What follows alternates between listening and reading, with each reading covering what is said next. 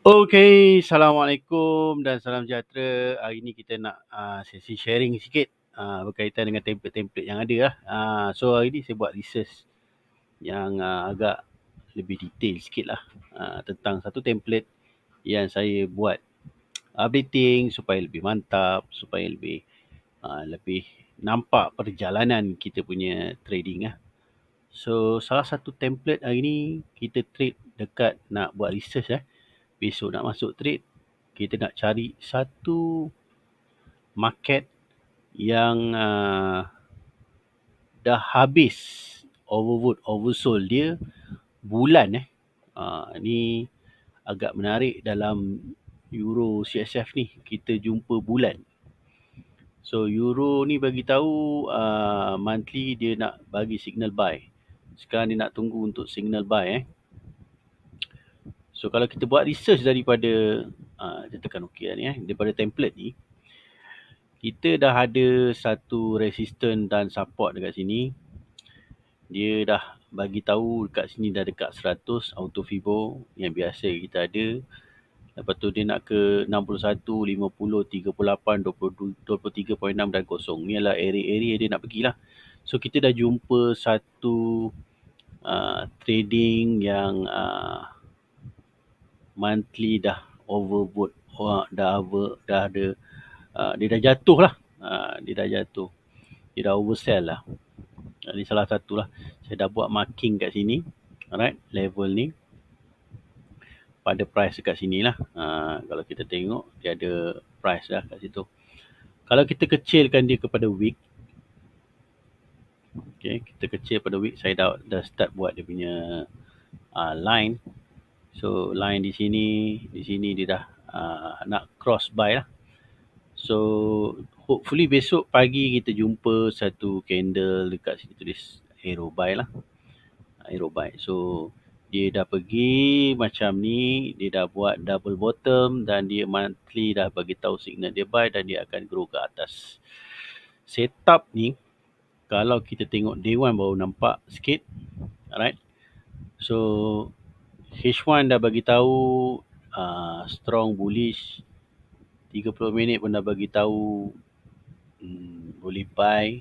Alright. Kalau kita kecilkan ni, alright, sekarang ni dia strong sell dan area untuk buy tu dah nampak dah dekat sini sebab dia dah tak turun dekat bawah ni. Bawah ni saya buat marking ni sikit. Alright. Selalunya dia akan turun, dia akan cari sampai bawah lah. Alright. So dalam SOP setup ni, selalunya orang akan menggunakan satu setup yang saya biasa guna. Dia adalah jual di atas, beli di bawah. Right. Kalau satu setup yang baik adalah salah satu dia adalah bila dia resistant, dia keluar satu button warna merah. Ultimate signal ni bagi tahu ada button warna merah.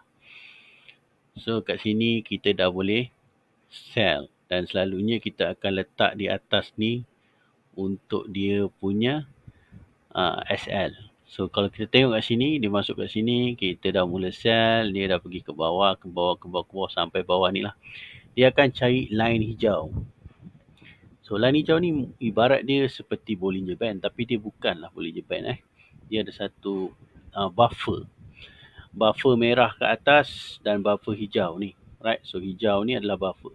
So dekat sini dia kalau touch buffer hijau ni, kita kena cepat-cepat buy. Lagi-lagi dia duduk dalam kotak biru. So kita kena faham dalam kita main trading overbought oversold ni, selalunya dia ada satu paras di bawah lagi yang kita kena layer. So that's why saya menggunakan account. Kalau kita nak main setup ni, right, kita punya equity kena cantik lah. Right, dan kalau kita susah sangat, kita pakai account sale, kita volumekan dia, right, supaya kita tenang. That's why anda tengok setup saya banyak menggunakan account sale yang volume ada. So dia akan duduk dekat sini, right. Selalu kadang-kadang dia boleh touch lagi line hijau ni. Ini adalah satu line hijau. Nampak satu line ni. Ini adalah line hijau tu. Kadang-kadang dia boleh jatuh lagi untuk touch line ini sebelum dia nak grow. Tapi disebabkan sini kita dah nampak dia ada strong support kat sini. 1, 2, resistant dan 2 dah ada support. So kalau dia lepas line ini, dia akan grow up lah. So kita nampak awal. So dekat time frame H4, alright, perjalanan dia kita dah nampak dah, dia dah ada satu button biru duduk dalam kotak biru, right? So dekat sinilah paling awal orang buy dekat time frame H4 ni. Kalau setup ni, saya suka main setup time frame H4, H1 dan M30. Sebab kita boleh nampak dia punya pergerakan. Okay, dalam kadang-kadang kita buat trade ni, kadang-kadang kita tak boleh nak kejar sangat. Tapi bila kita ada volume tadi saya cerita tadi, dia akan stabilkan kita punya equity untuk dia bergerak ada volume. So sekarang ni kalau kita tengok dekat setup ni, pivot dia dah ada pivot dan lepas pivot dan dia masuk sini dan dia ada satu, tengok besok kat mana dia nak lepas sini ataupun nak sini. Selalunya ke dalam jangkaan saya dia akan naik ke atas selepas dia touch ini berbalik. Contohnya ketika ini berbalik dan mati candle ini tak lepas daripada candle ini, selalunya dia akan balik ke atas. Tapi so far kita akan lihat dulu. Dan dalam setup ni yang paling best, kita boleh tengok dekat sini dia ada tulis arrow dan dia bagi tahu 2 arrow. Selalunya kalau ada 2 ni, dia movement untuk 3, 4 tu memang nyata. Tengok semua lepas 2, semua 3, 4. Semua naik. Right? Kalau 1 ni kadang-kadang dia boleh balik-balik. Tapi kalau 2 ni dia boleh terus ke atas. Ini kita nak faham ni. Alright? 1, 2, 3, 4. Nampak? 3 dan 4 tu dia boleh balik-balik. 3 dan 4 tu dia boleh balik-balik. Dalam sepanjang dia punya pergerakan, right, hanya ada 1 dan 2 di sini saja. Tapi ni berada di atas. Right? So sekarang ni dia dah berada di bahagian bawah. Right? Maknanya dia dah oversold. Dan dia dah ada line biru dah bagi tahu. So maknanya ni setup ni kebarangkalian untuk diterbang adalah sangat-sangat tinggi. Alright. So dalam berbulan tadi tu kita tengok dia punya pergerakan dan kita tengok dari pergerakan yang time frame H1 sambil kita belajar. So dalam setup ni dia duduk dalam rumah di atas ni di warna merah ni, resistor ni, dia jatuh sahabat-sahabat. Nampak? Bila setup sell, bila merah ni dalam kotak ni kita nampak kita nak sell, kita tengok di bahagian bawah ni keluar tak arrow ni. Kalau keluar arrow ni kita tengok dia jatuh sampai ke bawah, sampai jumpa arrow baru kita cut. Ataupun kalau kita dah ada auto fibo ni senang, sampai 100. Right. Jadi kat time frame H1, time frame H4 bagi tahu nak terbang, kita turun time frame H1, kita tengok ni ada pergerakan yang mana dia ada resistance dekat sini, nak cari di sini. So maknanya area sini adalah area yang mana kita boleh letak buy stop. Buy stop. Kita beli dulu buy tu. Right? Maknanya kita pergi masuk dalam market, nanti kita buy lah esok pagi. Right? Kita boleh buy kat situ sebab dia nak turun dulu. Lepas tu kita tengok betul ke benda ni berlaku. So Alhamdulillah kita tengok dekat M30 pun sama. Dia nak turun dulu untuk cari satu position area. Kita tak boleh tahu mana position area di sini ataupun di tempat ini pun boleh jadi sebab dekat sini ada buy and sell. So maknanya di sini. Right? Kalau kita belajar satu setup yang orang biasa masuk higher low ni, selalunya dia akan mati candle dia tidak terus ke bawah dan dia akan mati dan dia akan swing balik ke atas. So itu adalah setup yang biasa kita gunakan. So kebarangkalian untuk dia terbang ni sangat tinggi, cuma position kita tengok dulu. Esok awal pagi kita kena tengok dulu kat mana perjalanan ni. Kalau pagi-pagi kita nak buy, kita boleh buy yang mana dekat area sinilah. The best is area. Kita tunggu dia 30 minit masuk balik dalam ni, dalam zone ni. Right? Jadi kat sini dia dah bagi tahu dah 100% dia dekat mana, dekat sini 100% dia. So ni adalah zone, yang mana zone itu adalah zone buy. Right? Jadi dia akan turun dulu sebelum dia nak terbang. So benda-benda ni kita dah nampak dah. Dah nampak dia punya perjalanan. Sangat menarik. Dia nak pergi terbang tetapi dia akan mencari dulu area untuk terbang tentu. Right? Kalau kita main time frame 30 minit, kita scalping lah dulu. Kita scalping sel. So dekat sini pun ada pivot. Kita tengok dia boleh duduk ke kat sini. Lepas tu dia boleh reverse ke. Tu ni adalah area-area dia. Right. So kalau kita tengok daripada sini, kita kena tunggu 1, 2 ni masuk rumah ni pun kita sell lagi. So ni kan menarik. Kat sini boleh sell.